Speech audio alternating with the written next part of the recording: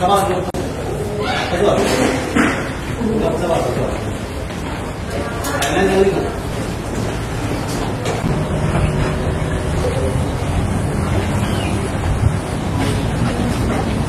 selamat sore rekan-rekan. Hari ini saya Kapolres Kupang AKBP Efek Irwan Arianto SIKMH bersama Kasat Reskrim melaksanakan press release terkait kejadian yang viral beberapa hari yang lalu, yaitu hari ini tanggal 9 Juli 2022 Satreskrim Polres Kupang telah mengamankan oknum kepala sekolah SDN Oebola bersama dengan salah satu masyarakat yang membantu terjadinya penganiayaan atau pengeroyokan terhadap salah satu oknum guru yang sebagai korban kasus penganiayaan. Kronologi kejadian yaitu pada hari Selasa tanggal 31 Mei 2022 sekitar pukul 12.30, di mana pada saat itu terjadi rapat di aula SDN tersebut membahas terkait tentang hasil daripada ujian, dan terjadilah miskomunikasi antara kepala sekolah dengan salah satu oknum guru. Ini kepala sekolahnya. Dan terjadi kepala sekolah tersebut melakukan pemukulan terhadap korban atau oknum guru tersebut secara bertubi-tubi, dan guru tersebut melakukan pembelaan, yaitu menangkis pukulan daripada kepala sekolah yang melakukan pukulan bertubi-tubi dan mendorong kepala tersebut jatuh. Guru tersebut lari keluar dan diteriakin oleh warga, dan warga tersebut kami sudah tahu adalah istri daripada kepala sekolah tersebut, dan dilakukan pengejaran oleh masyarakat, yaitu si Iwan ini yang baju merah. Ini bajunya pada saat yang bersangkutan melarikan diri, terbukti di gambar ini ada. Ini bajunya. Ini manusianya, dibuka aja maskernya.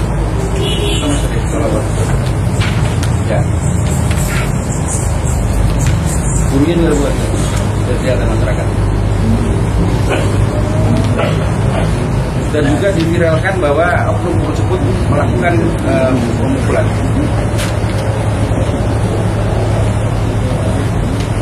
Dan hasil daripada pemeriksaan kami, pendalaman, ada 3 peristiwa. Yang pertama yaitu di ruang guru pada saat rapat terjadi penganiayaan antara kepala sekolah ini dengan korban. Jadi kepala sekolah ini melakukan penganiayaan. Kemudian kejadian kedua adalah yang di luar, yang terjadi viral.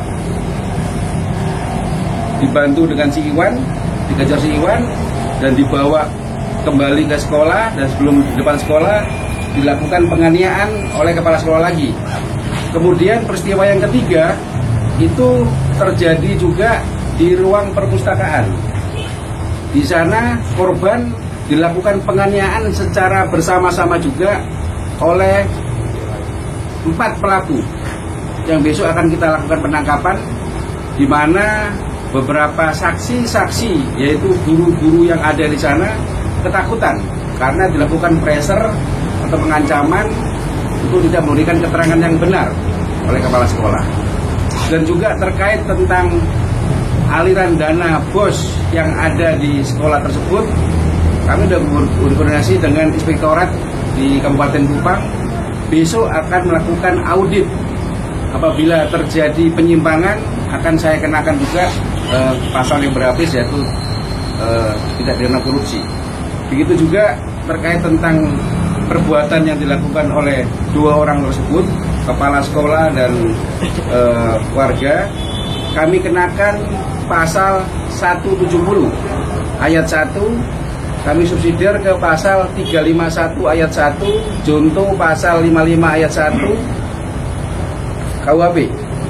dengan ancaman 5 tahun lebih. Dan tidak menutup kemungkinan besok saya akan juga melakukan penangkapan terhadap 4 pelaku yang diduga melakukan penganiayaan setelah peristiwa kedua yang viral di luar. Di dalam, di perpustakaan, korban dianiaya lagi. Akhirnya korban bisa melarikan diri. Ada pertanyaan? Katakan. Hubungan keduanya, kepala sekolah dengan Iwan ini ada hubungan keluarga atau tidak? Iwan ini masih keluarga daripada istrinya kepala sekolah. Dan tidak ada kemungkinan besok istrinya juga akan kita lakukan penangkapan. Karena dia yang teriak-teriak, mengundang masyarakat atau mengundang guru yang lain. Dan sebagai informasi rekan-rekan, banyak guru di sana yang masih ketakutan terkait tentang perbuatan yang dilakukan oleh kepala sekolah ini. Saya sebagai Kapolres, saya prihatin.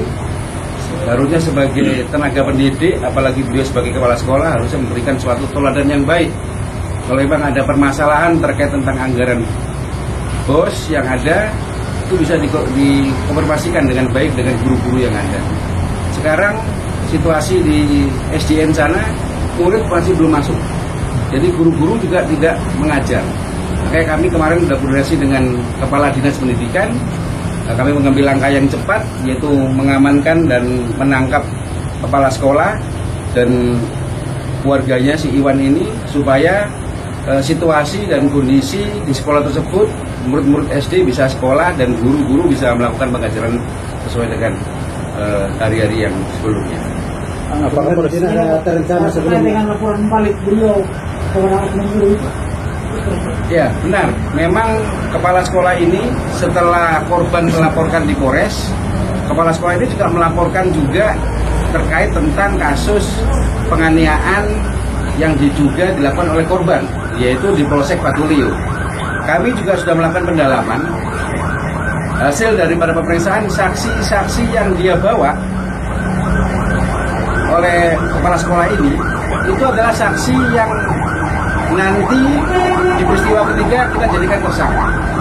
Jadi saya katakan kami sudah didalami oleh Satreskrim. Jadi laporan yang dilaporkan oleh kepala sekolah terkait tentang kasus penganiayaan, saya katakan itu overmark. Jadi guru itu berdiri, dia pukul bertubi-tubi, dia tangkis, dia dorong, kepala sekolah ini jatuh dan sini ada luka. Jadi memang tidak ada unsur sengajaan oknum guru tersebut atau korban itu memukul, tapi dia pembelaan diri. Makanya saya katakan itu overmark. Jadi itu kasus yang ini akan kita lanjutin. Kasus yang di Polsek Patulio sudah kami tarik juga ke Polres, dan kami sudah melakukan gelar-gelar perkara yang ada, dan saya katakan itu overmark, membela diri. Korban itu membela diri. Kalau tidak korban menangkis dan sebagainya, mungkin yang bersangkutan korban akan dikeroyok rame-rame di dalam ruangan tersebut. Dan kami sudah akan terus melakukan pemeriksaan saksi-saksi yang ada, yaitu ada 16 guru yang ikut di dalam ruangan tersebut. Tapi saat ini beberapa guru-guru yang ada masih ketakutan karena kepala sekolah ini melakukan perbuatan yang sangat-sangat tidak terpuji dan otoriter yang ada yang dilakukan di sekolah. Selain berapa pelaku, Pak Kapolres? Saat ini kita amankan 2, besok kita akan melakukan penangkapan 4 orang lagi, yaitu peristiwa yang ketiga yang di ruangan perpustakaan.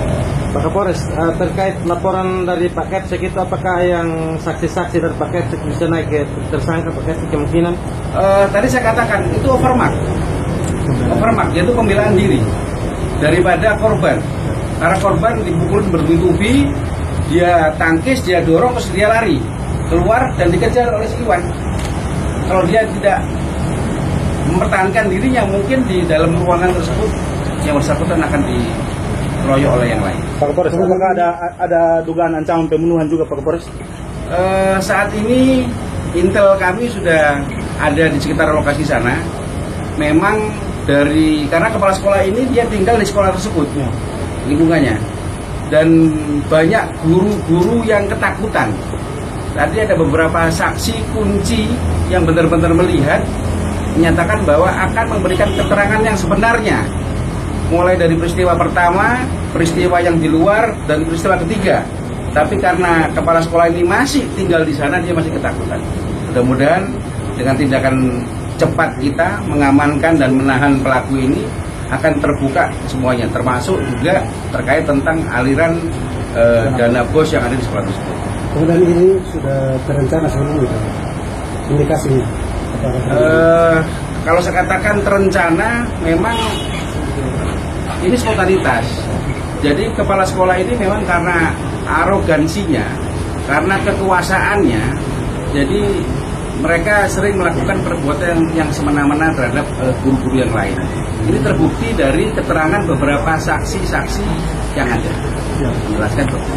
4 orang tersangka yang akan ditangkap termasuk anak juga. Nanti kita jelaskan. Mudah-mudahan Suri ini belum melarikan diri, karena si Iwan ini kemarin waktu kita tangkap dia sudah sampai ke daerah Amarasi di selatan. Yang lain? Terkait dengan kasus ini, kira apa motifnya? Dan kedua, bukti apa yang sudah diberikan? Jadi memang benar kalau dikatakan motifnya, kepala sekolah ini tidak mau diberikan saran terkait tentang snack, terkait tentang ujian untuk menggunakan dana bos. Jadi karena dia ini otoriter, jadi begitu ada saran masukan dari guru-guru yang lain, secara dia emosional langsung melakukan penganiayaan terhadap korban tersebut.